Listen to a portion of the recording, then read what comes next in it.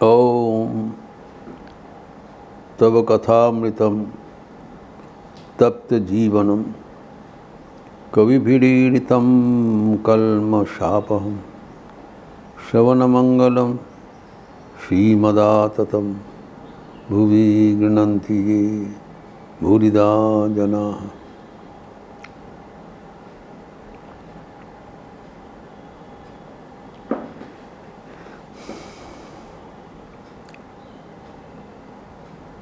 हम लोग चर्चा कर रहे थे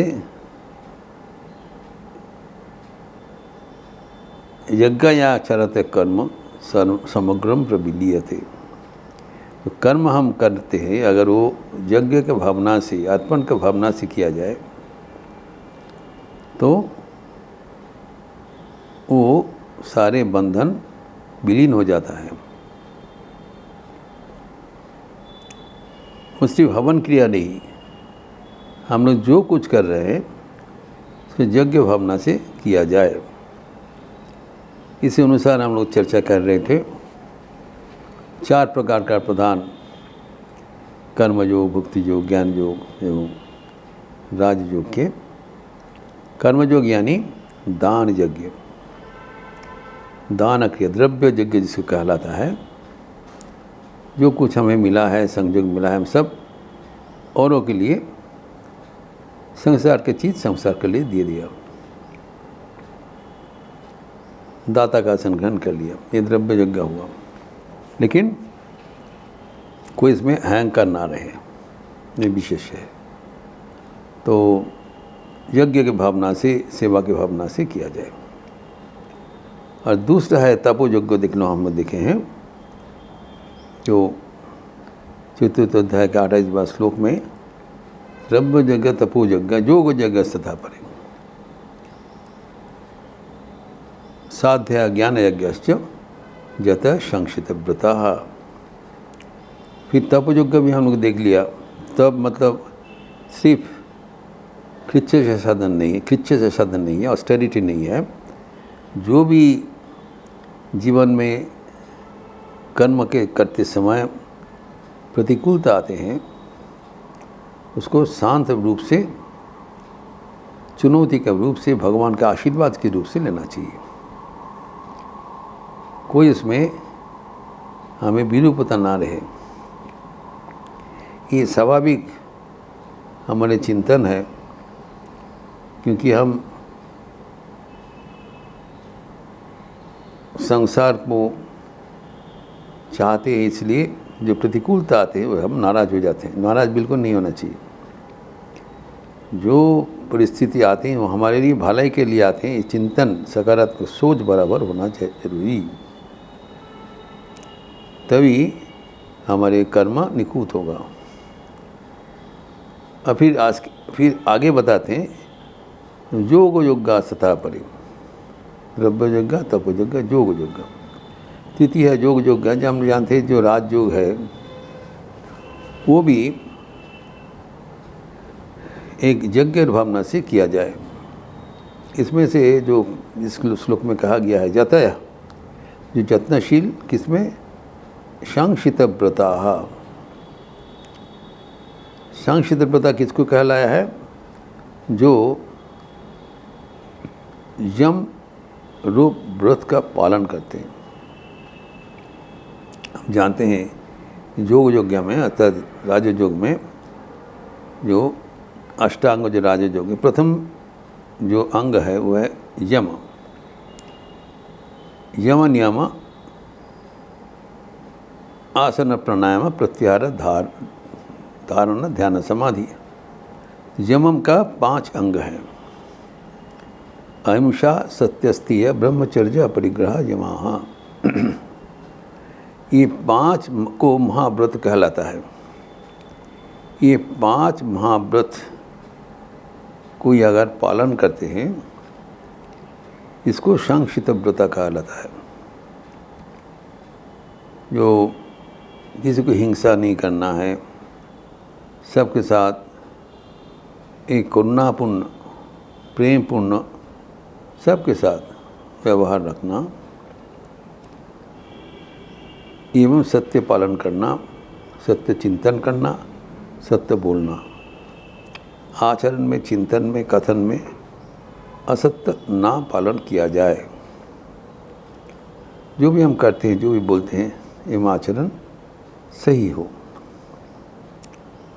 एवं किसी को चोरी नहीं करना। चोरी किसको कहलाता है? जो औरों को चीज़ नहीं बोलकर लेना ही चोरी है। चोर जो है, हमारे सबके भीतर एक विवेक जागृत है। जब भी हम कुछ गोपन रूप से करने चाहते हैं, वही चोर जो दिखती है, उससे निरत रहना चाहिए। अगर जो चोर है सबके सामने चोरी नहीं कर सकता है। जब मन में ऐसी गोपनीयता रहे कि हम किसी को ना देखते हुए कुछ काम कर रहे हैं, उसको नहीं करना चाहिए। एवं ब्रह्मचर्य पालन करना चाहिए। ब्रह्मचर्यति इति ब्रह्मचर्य, you have to leave a continent life. एवं अपरिग्रह, किसी को दान नहीं लेना, किसी को उपहार नहीं लेना। किसी को उपहार लेने से उनकी मनोभाव हमारे ऊपर वर्षित हो जाता है। इससे हमारा मन संसार से संपृक्त रहता है, भगवान की ओर चले जाते हैं। ये व्रत है, जो ये व्रत पालन करते हैं उसको संक्षिप्त व्रता कहलाता है। और ये योग यज्ञ किसको कहला है? कि मन को शांत रखना। पतंजलि योग सूत्र में योग का परिभाषा दिया है, योग चित्त वृत्ति निरोध। मन को शांत रखना ही योग है। प्रथम अध्याय समाधिपाद में द्वितीय सूत्र में कहा दिया, योग चित्त वृत्ति निरोध, मन का जो शांत भावना। भगवद गीता में द्वितीय अध्याय में कहा है, समत्तम योग उच्यते। मन को शांत रखना ही योग है। और इसका सिर्फ ध्यान के समय योग नहीं होता है। संसार में हर पल में जो हम लोग कर्म करते हैं, वही योग पालन का सर्वश्रेष्ठ क्षेत्र है। जब हमारे साफल्य होता है, असफल्य होता है, जब निंदा स्तुति होता है, जब पूर्णता होता है और पूर्णता नहीं होता है, इस समय में मन का जो चंचलता, स्वाभाविक चंचलता है, उसको संतुलन करना ही योग है। Equanimity, keep the mind steady, quite under all circumstances. इसी को ही यज्ञ कहला है, इसी को ही मन का संयुक्ति कहा है परमात्मा के साथ। इसके साथ साथ इसके पूर्ववर्ती श्लोक में भी कहा है कि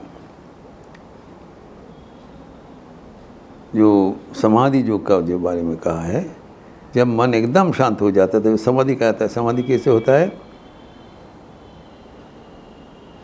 सर्वाणि इंद्रिय कर्माणि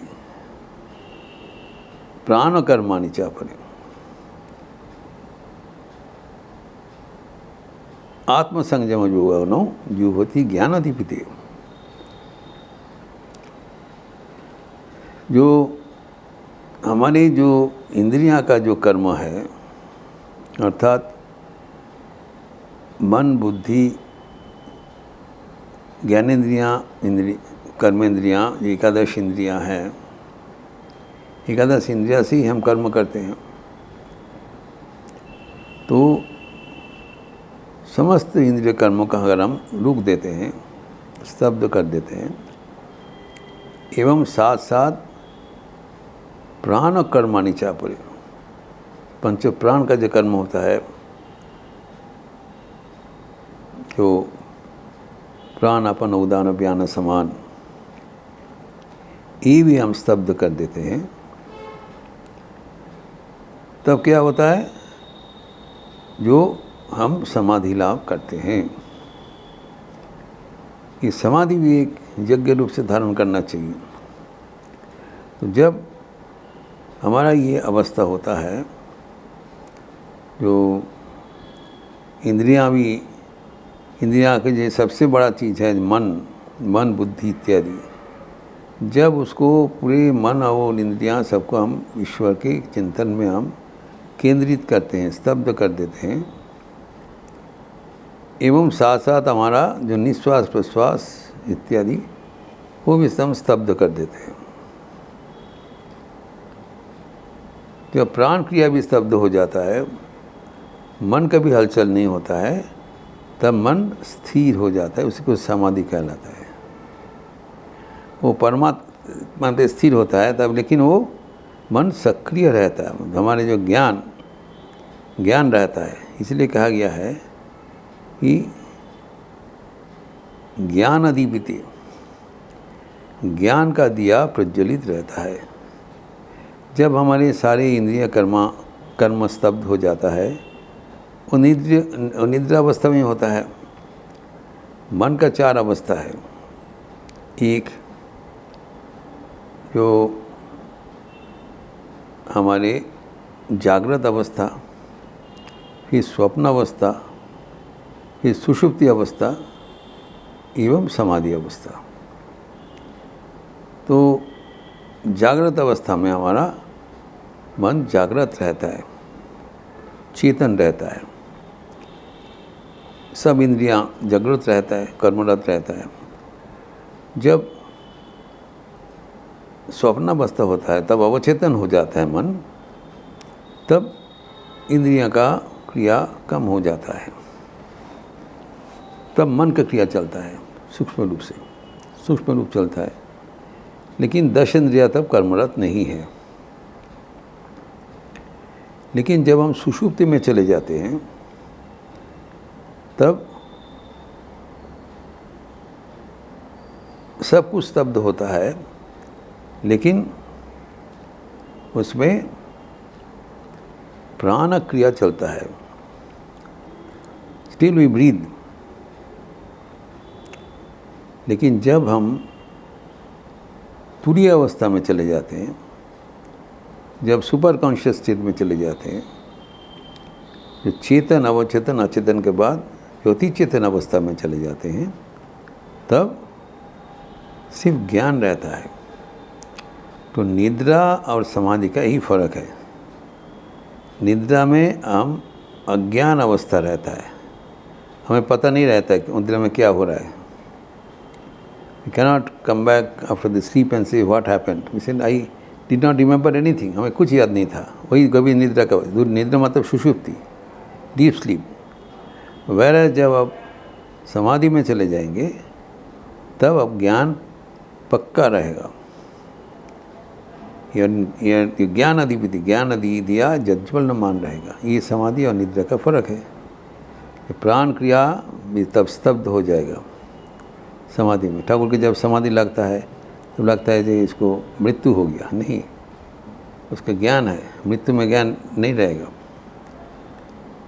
या वो समाधि योग हो या मन को स्थिर, मन को शांत रखने का योग हो, जो भी है वो भी एक यज्ञ है। यज्ञ भावना से करने से मन तब शांत होता है। मन की क्रिया से हम ईश्वर को प्राप्त कर लेते हैं, मुक्ति प्राप्त कर लेते हैं। इस प्रसंग को और भी विस्तार करते हुए अगले दिन चर्चा करेंगे।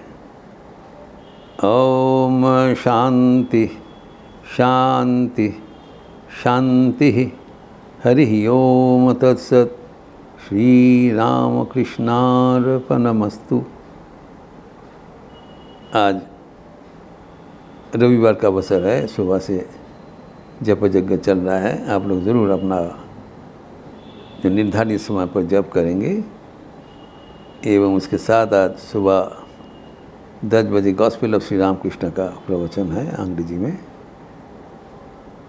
तथा हिंदी में।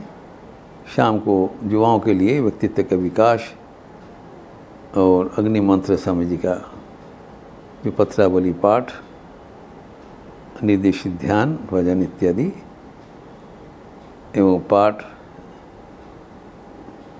जो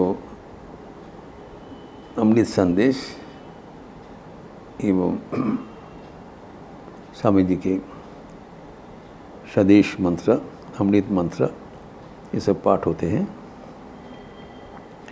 एवं संध्या के बाद आज से फिर आगमनी संगीत दुर्गा पूजा आने वाले हैं, उसके आधार पर आप सबका स्वागत है इसमें। अच्छे रहिए, स्वस्थ रहिए, आनंद में रहिए। नमस्कार।